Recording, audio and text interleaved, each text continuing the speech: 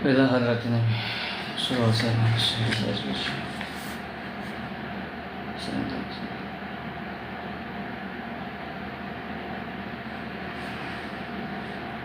وعلى نية الله يرزقك ونستر ربنا ويفتح عليها فتوح العارفين شفاء والدعاء تقبل إلى حضرة النبي محمد صلى الله عليه وعلى آله وصحبه وبارك وسلم. الفاتحة. أعوذ بالله من الشيطان الرجيم. بسم الله الرحمن الرحيم. الحمد لله رب العالمين الرحمن الرحيم مالك يوم الدين. إياك نعبد وإياك نستعين. اهدنا الصراط المستقيم صراط الذين أنعمت عليهم غير المغضوب عليهم ولا الضالين. آمين يا الله يا رب العالمين. Assalamualaikum warahmatullahi wabarakatuh. Alhamdulillahi rabbil alamin. Wabihi nasta'in ala umurid dunya waddin. Wa sallallahu wa sallam ala sayyidina Muhammadin wa ala alihi wa sahbihi ajma'in. Amma ba'du. Subhanaka la ilma lana illa ma 'allamtana innaka antal alimul hakim. Rabbi syrah li sadri wa yassir li amri wa hlul 'uqdatam min lisani yafqahu qawli. Amin ya Allah ya rabbal alamin. Para habaib dzurriyyat Rasulillah sallallahu alaihi wasallam, para alim ulama, para kiai, para asatid, mudah-mudahan guru-guru kita di mana saja berada, Allah Subhanahu wa taala berikan panjang umur dalam keadaan sehat wal afiyah. Para pendengar radio ADFM di mana saja antum berada, mudah-mudahan antum semua dalam keadaan sehat wal afiyah. Mudah-mudahan Allah Subhanahu wa taala berikan keberkahan pada usia kita, berikan keberkahan pada usaha kita, anak-anak kita dijadikan anak-anak yang soleh, anak-anak yang solehah. Amin ya Allah ya rabbal alamin. Baik, para pendengar radio ADFM di mana saja antum berada, di kesempatan malam hari ini dalam program Panji Aisyah kita berjumpa. Insyaallah mudah-mudahan dalam program Panji Aisyah ini kita akan membaca sebuah kitab fikih khusus kewanitaan yang berkaitan dengan wanita, karena hal ini sangatlah penting. Tentunya seperti biasa di setiap program Panji, buat yang mau bertanya silahkan bertanya. Nanti jika ada waktunya masih luang, kita akan bacakan pertanyaan-pertanyaan yang masuk, baik seputar pembahasan kita di malam hari ini atau juga seputar pembahasan kita di pertemuan-pertemuan sebelumnya atau di program-program Panji yang lain. Kita membaca sebuah kitab yang dinamai Al-Ibanatu wal Ifadah fi Ahkamil Haidi wan Nifasi wal Istihadah, yang mana kitab ini khusus membahas tentang dunia perempuan, tentunya ala madhabil Imam Syafi'i li Sayyid Abdurrahman bin Abdullah bin Abdul Qadir Segaf. Mudah-mudahan Allah Subhanahu wa taala berikan kita pemahaman, mudah-mudahan Allah Subhanahu wa taala berikan kita ilmu yang bermanfaat. Amin ya Allah ya rabbal alamin. Dan penting kiranya wabil khusus kepada para suami atau juga para wanita untuk menyimak, karena ternyata tidak semua dam yang keluar dari seorang wanita itu dihukumi datang bulan. Ada kalanya yang keluar dari seorang perempuan itu adalah disebut istihadah. Artinya ketika dihukumi darah tersebut adalah darah istihadah, bukan datang bulan, maka seorang perempuan tetap wajib sholat. Ya, dalam keadaan-keadaan seperti itu, dengan cara-cara yang khusus dia wajib sholat. Sehingga wajib setiap para perempuan untuk bisa membedakan mana itu datang bulan, mana itu istihadah, mana itu nifas. Ya, harus bisa membedakan. Setiap perempuan wajib bisa membedakan mana itu datang bulan, mana itu istihadah, atau mana itu nifas. Karena berkaitannya dengan kewajiban, seperti misalnya di bab sholat, ya, di bab puasa, dan lain sebagainya. Karena ketika dihukumi itu bukanlah darah nifas, ketika dihukumi itu bukanlah darah datang bulan, maka seorang perempuan sekalipun ada darahnya, dia tetap wajib sholat. Ya, dia tetap harus puasa. Sholatnya dengan tata cara tertentu yang nanti insya Allah akan dibahas. Nah, mudah-mudahan khususnya para wanita bisa menyimak, dan juga para suami. Kenapa para suami perlu tahu? Para suami perlu tahu karena dia wajib nanti mengajari anaknya, gadisnya. Dia wajib mengajari istrinya. Jangan sampai istrinya akhirnya nggak benar, ibadahnya segala rupa berantakan. Ya, suami diam aja. Jadi kewajiban suami itu bukan hanya menafkahi duit. Kewajiban suami itu bukan hanya menafkahi dalam urusan tempat tinggal, pakaian, tapi wajib juga para suami memperhatikan istrinya. Apakah keluar pakai nutup aurat atau tidak? Itu suami kudu marah, suami kudu ngomel, suami kudu melarang bila mana istri keluar enggak nutup aurat. Ini sekarang banyak terjadi, bukannya enggak ada, banyak. Bahkan ada satu pernah dulu menjumpai seorang ibu-ibu dulu sempat bertanya dalam satu pengajian kepada saya. Dia bertanya begini, Pak Ustadz, bagaimana suami saya mah lebih suka kalau saya keluar pakai pakaian yang seksi. Suami saya lebih bahagia, lebih senang, bahkan disuruh saya kalau kondangan, kalau jalan bareng pakaiannya itu pakaian yang terbuka, pakaian yang seksi. Dia merasa lebih bangga kalau istrinya berpenampilan terbuka, seksi. Nah ini kenyataan. Akhirnya bagaimana? Walaupun itu suami yang nyuruh, maka la ta'ata li makhlukin, ya.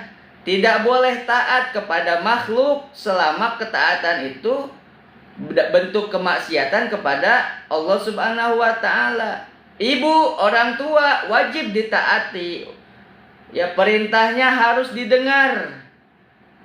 Suami pun juga sama demikian. Perintahnya perlu diperhatikan. Namun ketika perintahnya itu adalah ternyata kemaksiatan, melakukan perbuatan-perbuatan yang menyalahi syariat, maka tidak diwajibkan lagi taat. Orang tua nyuruh anak, nak, ambil sana buah mangga Pak RT. Nyolongnya. Walaupun itu ibu yang nyuruh, walaupun itu bapak yang nyuruh, karena yang disuruhnya itu adalah nyolong mangga Pak RT, maka tidak lagi perlu ditaati perintahnya. Begitu juga suami. Kalau suami nyuruh, udah kamu kalau keluar itu pakaiannya yang di atas dengkul. Maka gimana? Tidak wajib ditaati, bahkan harus ditolak mentah-mentah yang sedemikian itu. Dan itu terjadi, dan itu ada. Nah, jadi suami kewajibannya bukan hanya memberikan nafkah lahir, memberikan tempat tinggal, memberikan pakaian, memberikan makan, tapi juga memperhatikan dalam urusan agamanya. Ya, perintah Allah Subhanahu wa taala, ya ayyuhalladzina amanu qu anfusakum wa ahlikum naro. Perintah Allah Subhanahu wa taala, jagalah dirimu dan keluargamu dari api neraka. Ya. Jaga istri gimana agar gak masuk neraka. Anak-anak gadisnya, ya anak-anak remajanya jaga, jangan sampai dia masuk api neraka atau menjadi bahan bakar api neraka. Nauzubillahi min dzalik. Maka sering saya menyampaikan dalam setiap program, ya suami perhatiin dalam bab ibadah istrinya. Sholatnya udah bener apa belum? Cara nutup auratnya udah bener apa belum? Jangan-jangan ini mah, ternyata selama ini punya istri sholatnya nggak bener. Selama ini punya istri wudunya nggak bener. Selama ini punya istri ibadahnya nggak bener. Dan suami cuek-cuek aja. Yang penting makan enak, ya, kebutuhan biologis tercukupi. Nah, ini nanti akan dipertanggungjawabnya, itu berat di hadapan Allah Subhanahu wa Ta'ala. Suami yang gak peduli dalam urusan sholatnya istri, dalam urusan agamanya istri, anak, maka suami yang demikianlah suami yang akan rugi nanti di akhirat. Maka buat para suami, ya, buat para suami, silahkan perhatikan lagi istri-istrinya. Buat para suami, ya, atau buat para calon suami, jangan lupa, ya, hak dan kewajiban suami itu apa saja. Bukan hanya dalam segi makan, pakaian, tempat tinggal, tapi juga perhatiin bagaimana agar anak-anak kita, putra-putri kita, pasangan kita, istri kita menjadi penghuni surga. Dan nantinya akan dimintai tanggung jawab di hadapan Allah Subhanahu wa Ta'ala. Disidang di hadapan Allah Subhanahu wa Ta'ala. Nah, mudah-mudahan ya, dengan program ini nih, khusus program yang insya Allah kita kupas seputar wanita, maka kita harapkan semuanya bisa menyimak sampai tuntas. Mudah-mudahan bisa menghatamkan kitab yang tipis ini, nggak banyak, nggak tebel. Cuman berapa halaman ini? Totalnya hanya 98 halaman. Paling berapa pertemuan ya, insya Allah. Baik, kita langsung mulai ya. Semoga Allah Subhanahu wa Ta'ala berikan berkah. Semoga Allah Subhanahu wa Ta'ala berikan manfaat. Amin ya Allah ya Rabbal alamin. Bismillahirrahmanirrahim. Alhamdulillahirabbil alamin. Hamda yuafi ni'amahu wa yukafi mazidah. Wa sallallahu ala sayyidina Muhammadin wa ala alihi wa sahbihi wasallam. Ini kita tidak perlu uraikan ya muqaddimahnya, karena beberapa pertemuan sudah kita uraikan muqaddimah dalam kitab-kitab yang lain. Amma ba'du, faqad qala Nabi sallallahu alaihi wa alihi wasallam, maka sungguh telah bersabda Nabi Muhammad sallallahu alaihi wa alihi wasallam, tolabul ilmi faridatun ala kulli muslimin. Ini hadis kita udah sering dengar. Ini hadis udah sering kita simak. Hadis ini adalah hadis yang diriwayatkan oleh Imam Ibnu Majah di dalam bab fadlul ulama wal hath ala talabil ilmi. Fal haditsu yufidu wujuba ta'allumil ilmi, maka dikatakan hadis tolabul ilmi faridatun ala kulli muslimin adalah hadis yang mengandung arti perintah kewajiban dalam belajar ilmu agama. Bagi setiap muslim wajib untuk belajar ilmu. Karena segala sesuatu itu harus dengan ilmu. Nggak bisa nggak dengan ilmu. Sering ini kita bahas. Segala sesuatu harus dengan ilmu. Dalam urusan dunia saja sering digambarkan. Dalam urusan dunia saja harus pakai ilmu. Dalam urusan dunia, apalagi dalam urusan agama. Contohnya bagaimana? Saya yang sering mencontohkan bikin semur. Bikin semur itu harus pakai ilmunya. Saya beberapa kali dulu bikin semur itu gagal terus. Beberapa kali mau bikin semur tahu, semur daging, selalu gagal. Kemudian masak yang udah banyak bumbunya dah. Soto aja masih belum bisa. gagal terus karena memang nggak pakai ilmunya yang benar. Jadi dalam urusan masakan saja, urusan dunia, urusan yang sepele, nggak pakai ilmunya, nggak jadi, nggak enak, nggak bener. Saya pernah beli nasi goreng dulu di satu tempat, seperti baru belajar bikin nasi goreng. Wah, rasanya nggak karu-karuan, udah kayak direndam minyak, kebanyakan minyak goreng. Ya Allah ya Rabbi-nya, dimakannya kumaha, di tenggorokannya banyak minyaknya, Masya Allah. Bikin nasi goreng aja kalau nggak pakai ilmunya, nggak jadi nasi goreng. Apalagi bikin dalam urusan yang lainnya. Dalam urusan yang berat-berat, urusan dunia butuh pakai ilmu. Apalagi urusan agama, sholat kudu pakai ilmu, ibadah kudu pakai ilmu. Maka sebuah penjelasan yang sering kita dengar dan sering kita simak disampaikan para guru-guru, wa kullu man bi ghairi ilmin ya'malu a'maluhu mardudatun la tuqbalu. Siapa orang dia beribadah dengan tanpa ilmu, maka pasti ibadahnya ditolak, pasti ibadahnya tidak diterima, pasti ibadahnya mardud. Nah, itu pentingnya ilmu. Jadi ibadah sujud walaupun jidat sampai gosong, tapi kalau nggak pakai ilmu nggak diterima ibadahnya. Wudunya ada yang nggak benar, dalam nutup aurat ada yang salah, nggak diterima oleh Allah Subhanahu wa Ta'ala. Ada orang ngomong, wah yang nerima kan Allah Subhanahu wa Ta'ala. Tahu dari mana ente? Ada kan yang begitu? Tahu dari mana kamu? Kok nilai-nilai amal orang yang nerima atau nggak nerima, yang punya hak nerima nggak nerima kan Allah. Kok kamu bisa bilang nggak diterima? Itu kan ada omongan-omongan begitu. Kalau secara lahir, kalau secara syariat dihukumi tidak sah, udah pasti nggak diterima. Walaupun kalau sudah dianggap sah, belum tentu diterima. Ada tahap selanjutnya. Tapi minimal yang pertama adalah secara syariat udah bener. Tinggal nanti diperbarui, ya ikhlasnya. Ya kalau dalam bab sholat ya berjamaah. Kemudian diperbaiki khusyuknya, khudurnya, dan seterusnya demikian. Tapi secara lahirnya kudu harus udah sesuai dengan syariat.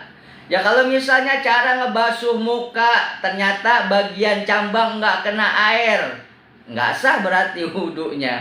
Kalau wudunya nggak sah, sholatnya nggak sah. Itu mencakup semuanya. Kalau bab sholat mah kudu istinjanya kudu bener, wudunya kudu bener, nutup auratnya kudu bener. Syarat-syarat sah sholat tuh yang ada berapa?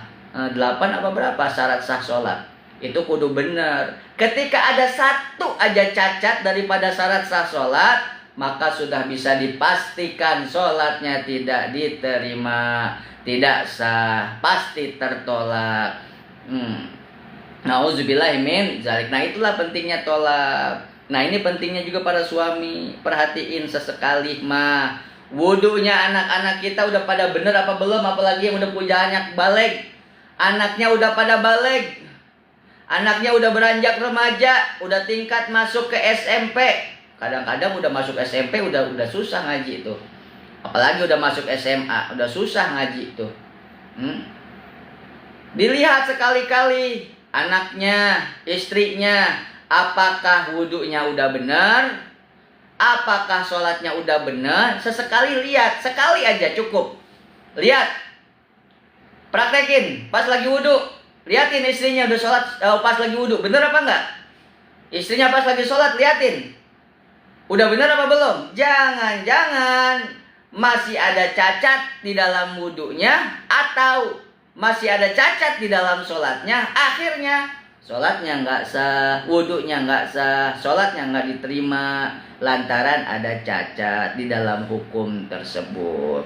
Nah, mudah-mudahan inilah pentingnya tolabul ilmi. Jadi tolabul ilmi faridotun ala kulli muslimin. Menuntut ilmu, tolab ya wajib bagi setiap muslim, khususnya yang bersifat fardu ain, kudu bener. Ya yang lain juga kudu bener, ya. Tapi yang fardu ain ini jangan sampai ada yang salah. Ya, jangan sampai ada yang salah. Jadi hadis tersebut memberikan faedah wajibnya belajar, ya, wajibnya belajar. Baik, kita lanjutkan. Wa minal ilmi, dan termasuk dari ilmu al-wajibi yang wajib alal mar'ati bagi perempuan. Nah, dari sekian banyak ilmu-ilmu dalam urusan agama, di bab wudu, di bab sholat, di bab istinja.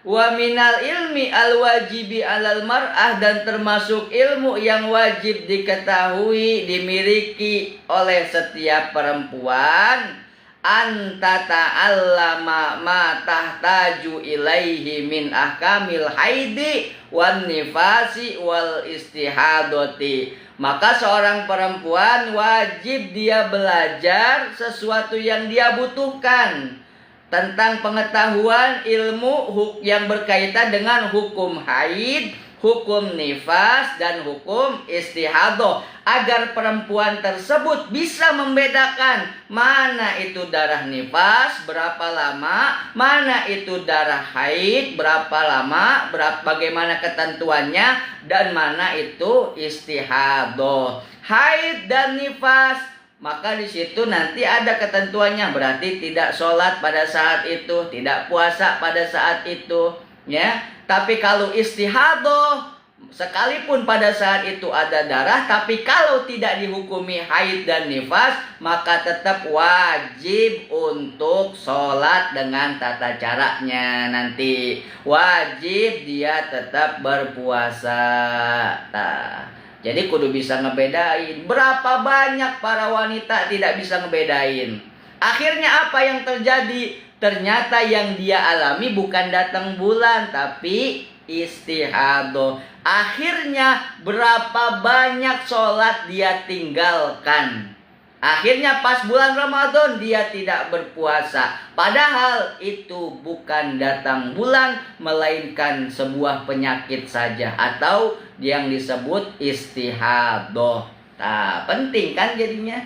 Nah, penting, wajib belajar perempuan. Jadi beliau mengatakan ilmu yang wajib diketahui oleh seorang perempuan, yang wajib dia belajar adalah ilmu yang berkaitan dengan hukum haid, hukum nifas, dan hukum istihadah. Makanya mudah-mudahan khususnya para pendengar radio WDFM atau yang sedang menyimak di live kami, mudah-mudahan bisa menyimak di program Panji Isa. Ya, mudah-mudahan walaupun tidak setiap malam, ya simak terus saja, khususnya yang terjangkau oleh frekuensi kami di 91 WDFM wilayah Purwakarta, Subang, Karawang dan sekitarnya.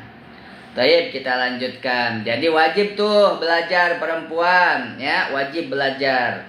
Nggak kalau misalnya ada kesalahan, ya bahaya nanti. Akhirnya berapa sholat ditinggalin. Padahal dia menyangka datang bulan, padahal istihadah, penyakit.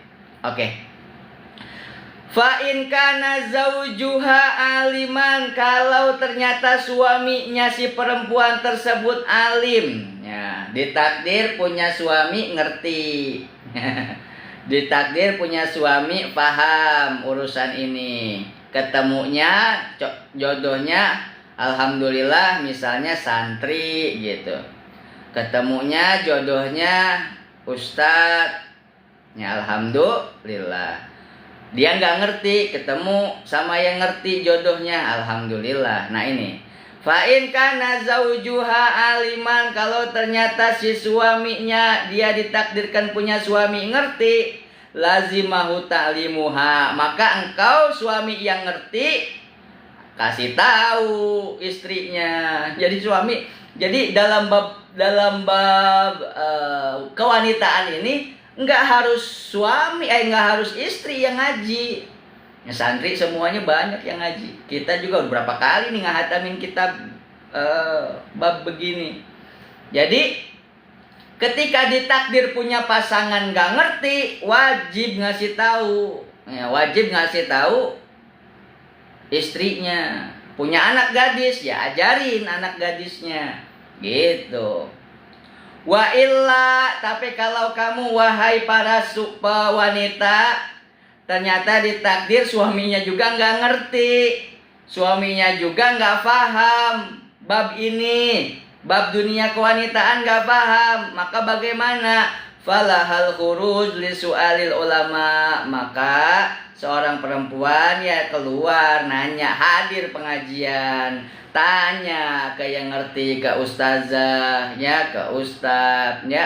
Bal yajibu alaihal khuruju li su'alil ulama. Bahkan bukannya boleh ya, tapi wajib bagi seorang perempuan al khuruju keluar li su'alil ulama untuk nanya.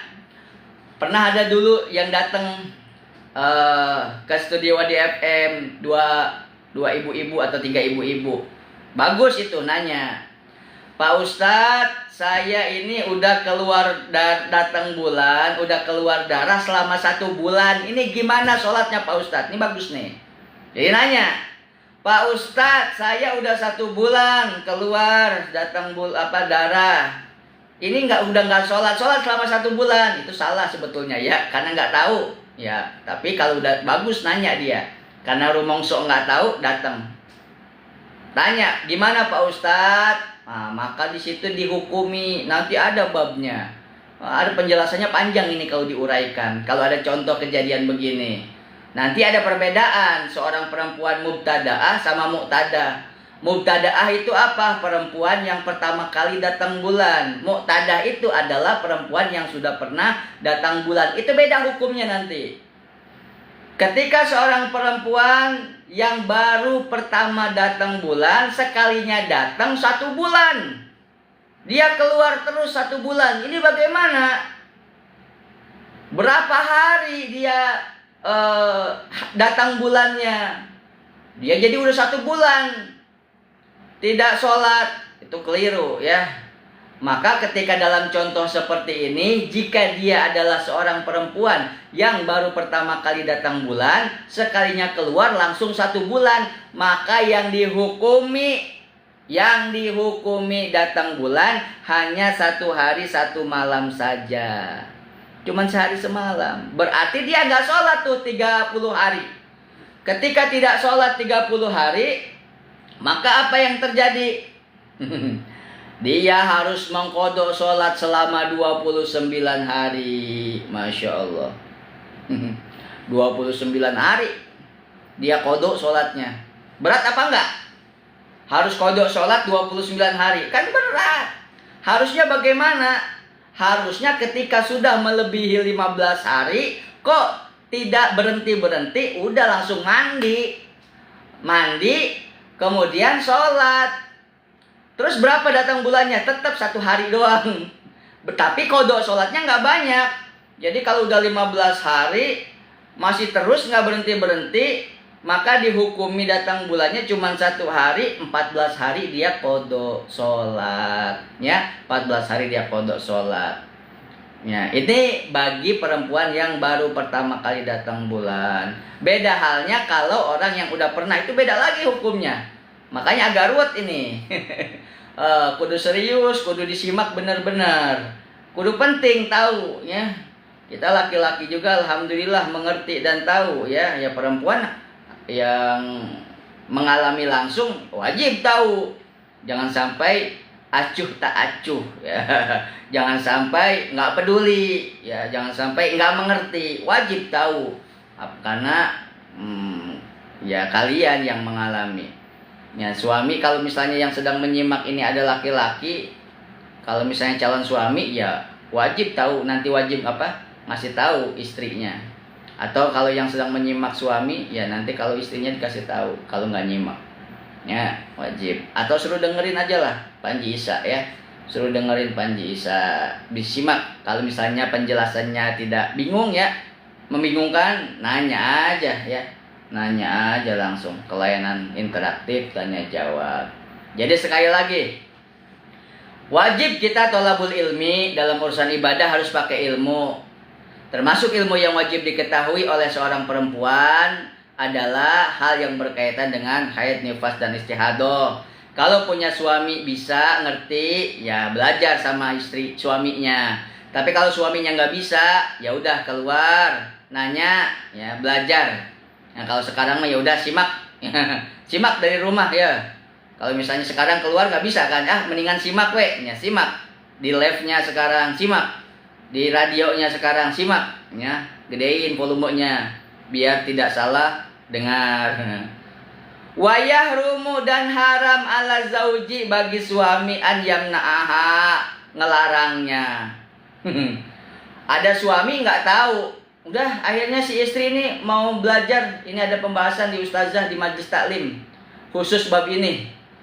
Kata si suami teh jangan, tidak boleh, haram itu si suami ngelarang-larang. Kenapa? Ini wajib belajar. Si seorang perempuan wajib belajar, seorang perempuan wajib ngaji bab ini. Suami nggak boleh ngelarang, haram ngelarang. Kecuali kalau si suami ngasih solusi. Apa solusinya? Illa an yas'alahu wa yukhbiroha. Si suaminya udah, daripada kamu keluar ngaji jauh, mendingan saya yang datang ke Pak Ustadz, saya yang datang ke Wadi. Misalnya, saya akan tanya gimana, ada permasalahan apa? Oh, ada kejadian begini, bagaimana hukumnya? Nah, keluar, nanti direkam, sampaikan kembali kepada istrinya. Jadi suami nggak boleh ngelarang istri yang mau ngaji, ya, nggak boleh ngelarang istri yang mau ngaji yang bab ini, karena yang dikaji adalah fardu ain, ya, sesuatu yang wajib dalam urusan dirinya, ya, karena kaitannya nanti dengan bab sholat, bab puasa, dan juga yang lainnya. Masya Allah. Nah, mudah-mudahan ya ini sebagai muqaddimah perjumpaan kita di malam hari ini, mudah-mudahan kita bisa istiqomahkan kajian kitab Al-Ibanah wal Ifadah fi ahkamil haidi wal nifasi wal istihadah, khusus seputar membahas hukum tentang haid, nifas, dan istihadah. Mudah-mudahan kita bisa simak, sama-sama bisa istiqomah, semata-mata akan lebih baik lagi dalam kita beribadahnya. Mudah-mudahan Allah Subhanahu wa taala berikan kita taufik hidayah. Amin ya Allah ya rabbal alamin. Sebelum kita tutup, kita langsung ke tanya jawab saja ya. Kita langsung ke tanya jawab saja yang sudah masuk ke sini. Tidak pakai iklannya nanti sekalian. Bismillahirrahmanirrahim. Assalamualaikum warahmatullahi wabarakatuh. Permisi Pak Ustadz, mau bertanya seputar pembahasan wanita yang sedang haid diharamkan untuk sholat dan puasa Ramadan. Ya betul. Tapi kenapa setelah suci puasanya wajib diqodho, sedangkan sholatnya tidak wajib? Kan sama-sama ibadah wajib. Nah, mohon penjelasannya Pak Ustadz. Baik, terima kasih. Ini pertanyaan yang bagus ya, berkaitan dengan tema. Jadi puasa dan sholat sama-sama kewajiban. Namun kenapa hanya yang wajib diqodho itu hanya puasa saja, sedangkan sholat tidak? Ya karena amarnya begitu, perintahnya. Ada sebuah hadis ya,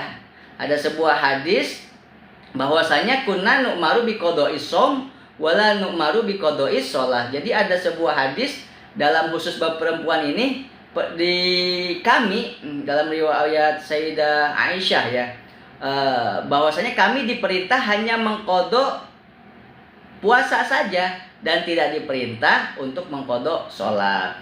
Ya, jadi memang perintahnya begitu.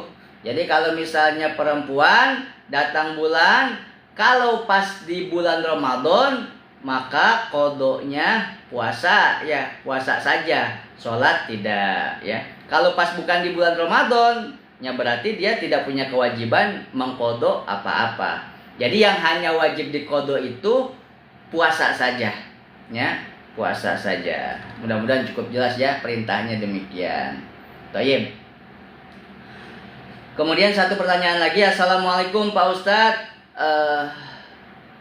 mau bertanya seputar tema wanita yang sedang datang bulan bolehkah bersisir dan meninggalkan rambut yang sudah jatuh lepas darinya, atau harus disimpan dan disucikan dikala haidnya sudah terhenti? Taib. Yang disunahkan baik perempuan yang sedang datang bulan ataupun orang-orang yang sedang junub, dia tidak boleh melepaskan bagian tubuhnya yang manapun.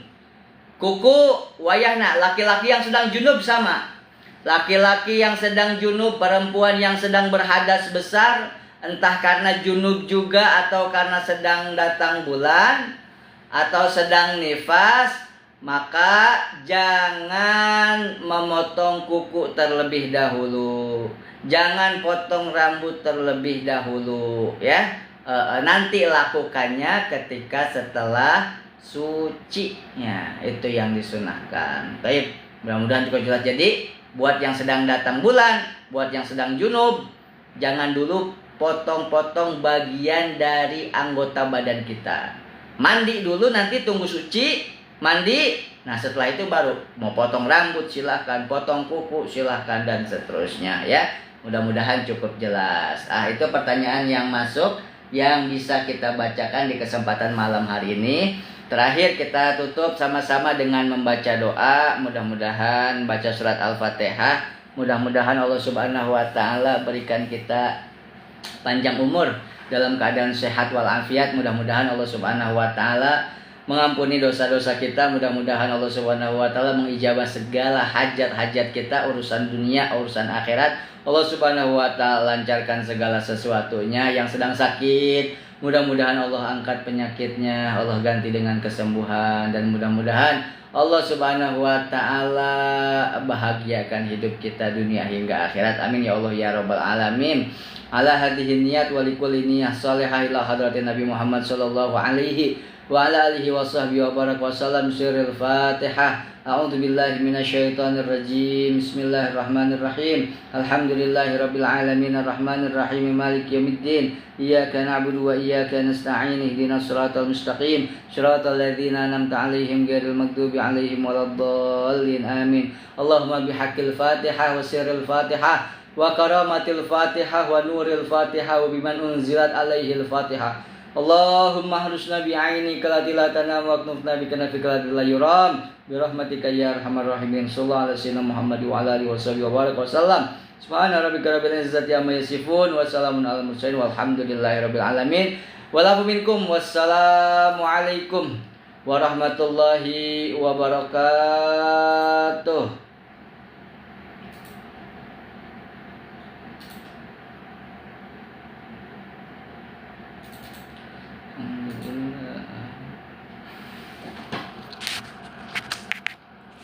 Terima kasih, syukran, jazakumullah hasanal jaza.